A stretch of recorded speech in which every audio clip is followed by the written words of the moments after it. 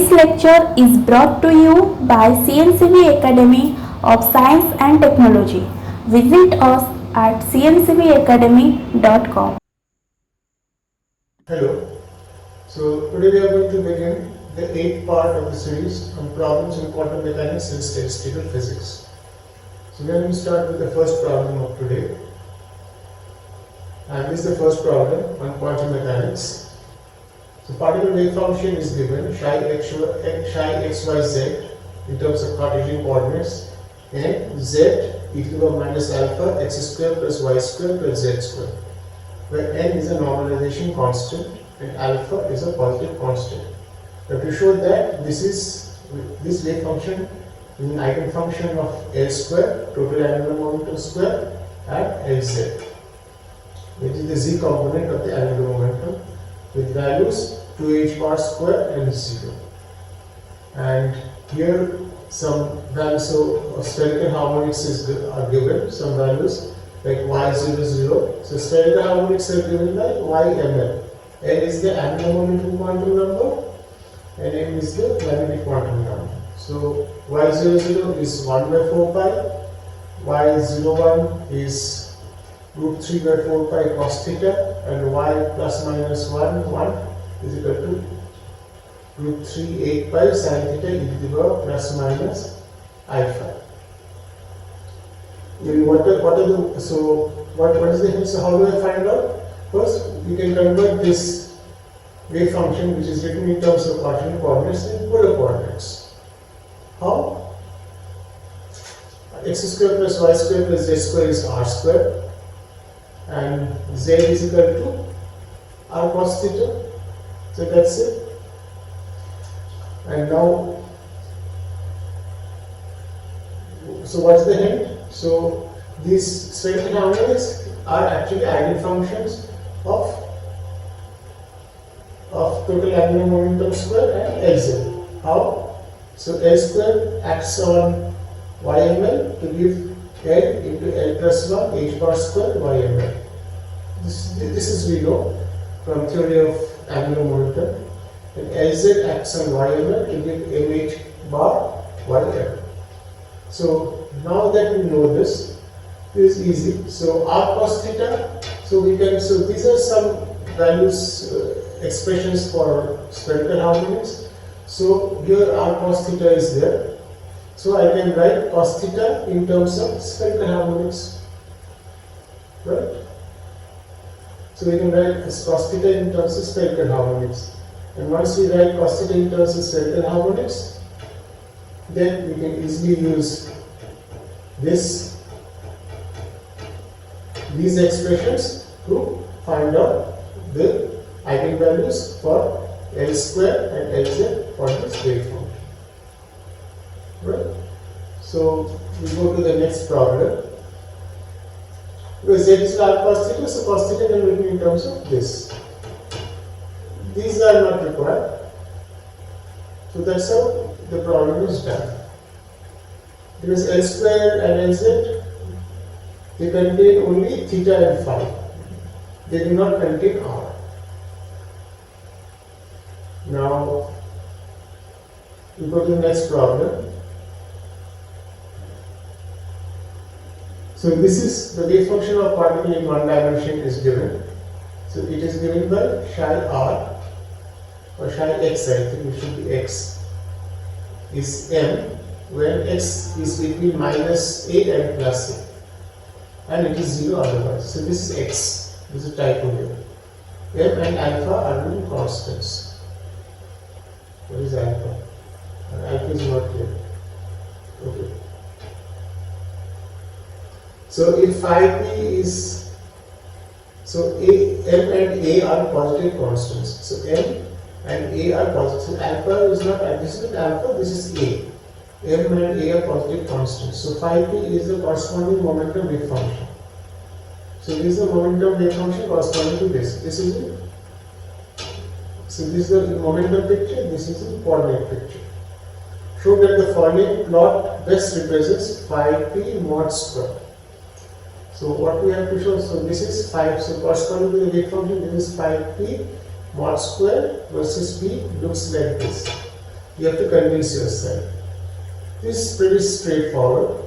So phi t is actually is the Fourier transform of this. So this is psi x e to the power I kx dx. It's proportional to this. I am not taking into account all the constants here. And psi x is given. So between minus a and plus a, it is n, and otherwise it is n, otherwise it is 0. So you have to just, so this is m, so it comes out, and what you just have to integrate this thing e to the power I kx between minus a and plus a. So you get phi t. So you take the conjugate of that, multiply it with phi t, so you get, so what you will get is phi t mod square. And you see that it will look like this. Okay. So do that. So we go to the next problem. Consider two non-identical spin-half particles labeled 1 and 2 in the spin product state. So this is for particle 1 and this is for particle 2. Half is the spin quantum number and half minus half is the z component of the spin. So this spin is up, this spin is down. The Hamiltonian of the system is 4 lambda h bar square s1 dot s2. This is given. Show that the expectation value of h is minus lambda. So in this state, the expectation value of h is minus lambda. So how do we calculate expectation value? So this is my composite state. This is the kept and this is the brought, and h is in between. So h is an operator. So how do we do it? So here S1 dot S2 is here. So we already know how to do it. S1 dot S2 is S1 plus S2 whole square minus S1 square minus S2 square. This part is easy, right? Because when S1 square acts on this, S1 is the spin of the first particle. So when S1 acts on this, it will be half into half plus 1 h bar square, and then you get this thing. And so when S2 square acts on this, you get similarly 3 by 4 h bar square, and you get this. This is the total spin square for particle 1, then S2 square is the total spin square for particle 2. And S1 plus S2 is the total spin. S1 plus S2 is the total spin operator for the system. So this is the total spin square. Now comes the important part.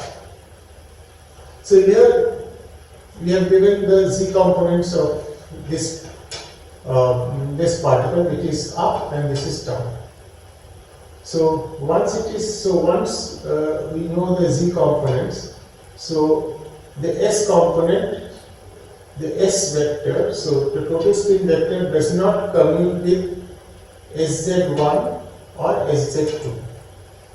The total spin vector s1 plus s2 does not commute with, or s1 plus s2 whole square does not commute with s1z or s2z. So that means that tells you that this state does not represent a system with a definite total spin s1 plus s2.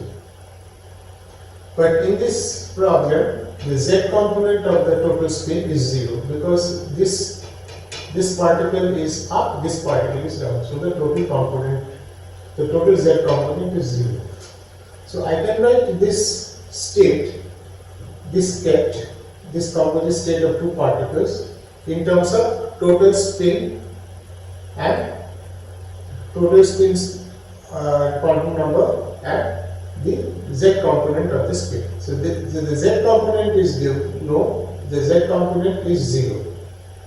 And here is this is two spin-off particles. So this total spin of the particle of the system will be 1 or 0, the spin quantum number. So this can be written as a linear superposition of total spin 1 and the z component is 0. It has to be 0 always from here, plus total spin 0 and the z component is 0, and both are present in equal amount. Okay, so both are equally probable. So if you measure the total spin of this system, either you get 1 with probability half or you get 0 with probability half. So this is written as 1 by root 2. So total spin quantum number is 1 and z component is 0. Total spin z component plus total spin quantum number is 0 and the z component is 0. Z component will always be 0 because and now that we know that, so when total spin square operator acts on 1 0, what you get is 2h bar square 1 0. Right? So it will be like same thing, 1 into 1 plus 1 h bar square. So once you know this part you can do here. So once you write down S1 or S2, this part can be easily done. And when you do this part, this is S square, you have to write this as this and write this as the draw version. Okay, and then use this, and when S square acts on this, you get 0. So use this and use this when you are evaluating this term. This term can be evaluated from here without any problem, and when you are evaluating this expression, then you have to convert this into this and this into its draw version and do it. And what you will get is minus lambda. Right. This is because S1z and S2z does not commute with the total spin operator square. So that's why this system represented by this quantum state will never have a single total spin quantum number. So it will either be 1 or 0. We go to the next problem. So we have a spin-up particle is in a spin-up state along the x-axis. So with unit vector x, and is denoted by half x. So half is the spin quantum number, and this half represents that it is in the up state. Show that the probability of finding the particle in the spin up state along x prime cap. So x prime cap is another direction which lies in the xy plane. This unit vector lies in the xy plane and makes an angle theta with the x-axis. So the probability of finding the particle in this state is cos square theta by 2, where theta is the angle between this direction and the x-axis. So how do we do? So first it's given that the particle is given by this state. So this is spin up particle in a spin up state in the x direction. And we know that this is given by this state 1 by root 2 1 1, because if you remember the sigma x operator is the spin operator in the x direction. So it has two eigenvalues, plus 1 and minus 1. So we are interested in plus 1. So the plus 1 eigenvalue will give us this state 1 by root 2 plus 1 1, because it's given in spin up direction. So this is the starting point. So the electron is in this state. And now, what is the spin operator in the x prime direction? So this is sigma dot x prime. So sigma is the total spin operator, sigma x x cap plus sigma y y cap plus sigma z z cap. A dot product with x cap cos theta plus y cap sin theta. Theta is the direction between this x prime cap and the x axis. So this gives me an operator representing the spin in the x prime direction. And how does it look like? So put the values of sigma x and sigma y, because there will be no contribution from this here in the dot product, and we will find that this thing looks like this: 0 e to the power minus I theta, e to the I theta 0. As soon as you do it, you will see that it immediately comes to this: cos theta minus I sin theta, and this one will be cos theta plus I sin theta. You can write like this. So this is a matrix, 2 by 2 matrix, and it has two eigenvalues, +1 and -1. You can check yourself. And corresponding to +1, we are interested in the spin being in the plus direction along the x prime direction. So for the +1 direction, a +1 eigenvalue, the eigenvector is this: 1 by √2 e to the minus I theta 1, normalized. These things you have to check yourself. This can be done very easily. And once you do it, you have to take the scalar product of.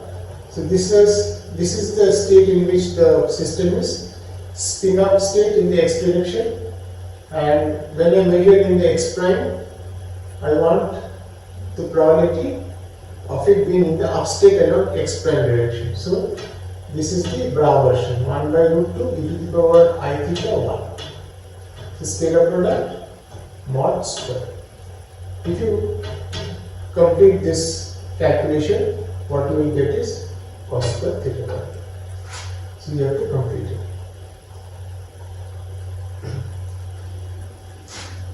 So to the next problem.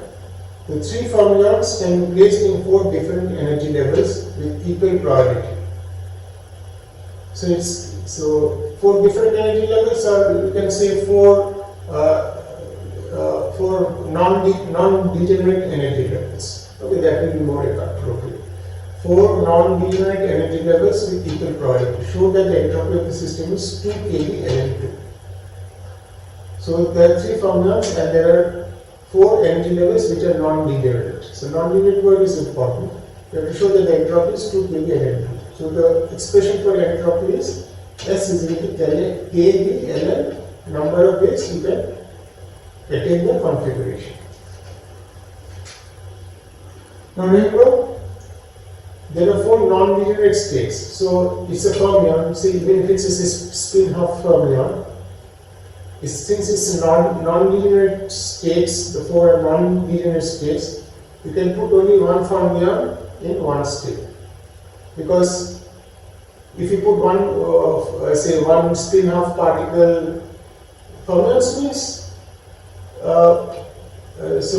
here I'm just trying to explain something, that if you say it's a spin-half particle, so you cannot put 2 spin, so you cannot put one spin up and one spin down in one particular energy level, because it's a non-degenerate energy level. Okay, so if you put one spin up and one spin down particle in the same energy, the spin up and spin down are 2 different states, quantum states, because spin up has a different quantum state and spin down has a different quantum state. Then that means that energy level is degenerate and not non-degenerate. So we are talking of non-degenerate energy levels.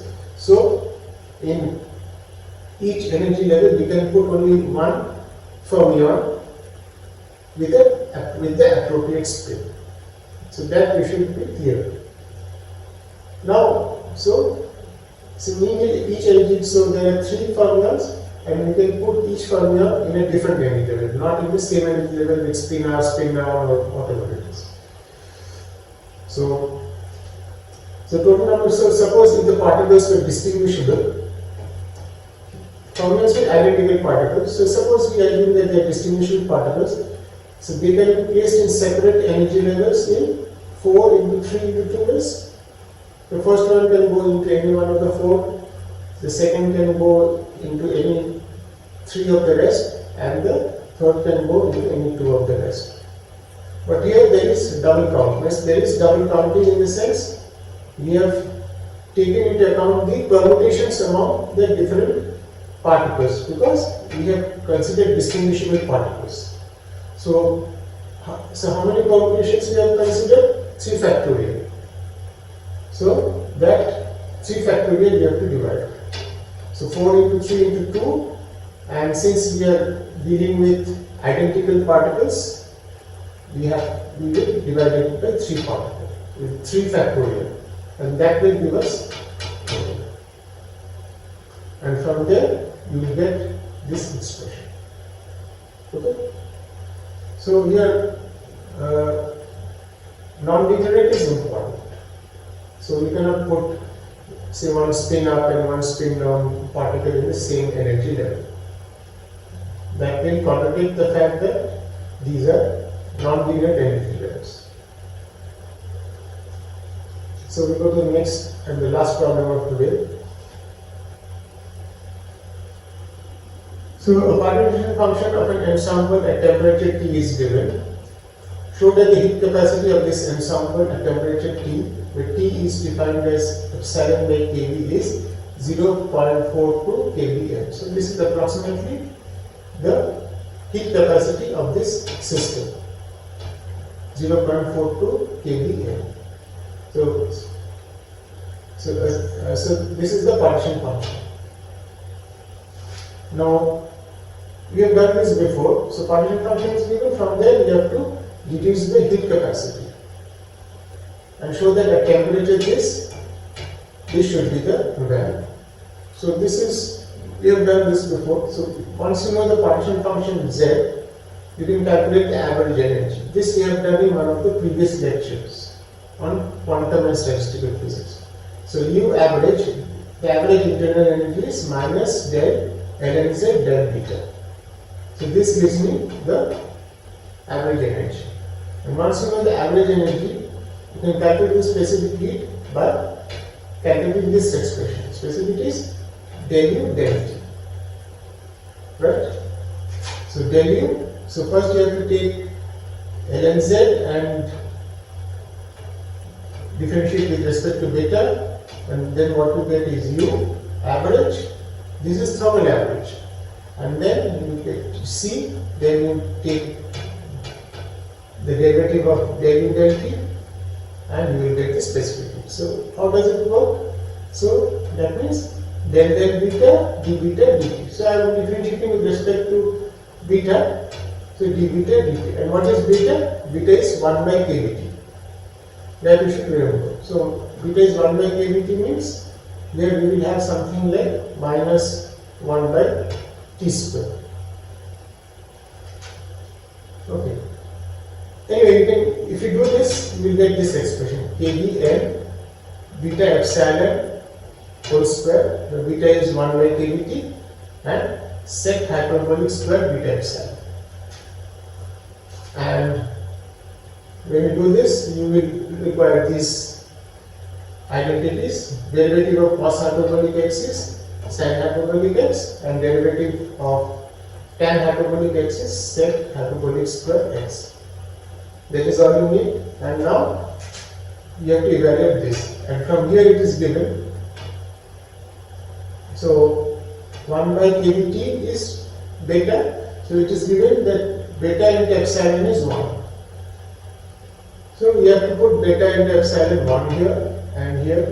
So you have to evaluate this expression for beta epsilon is equal to 1.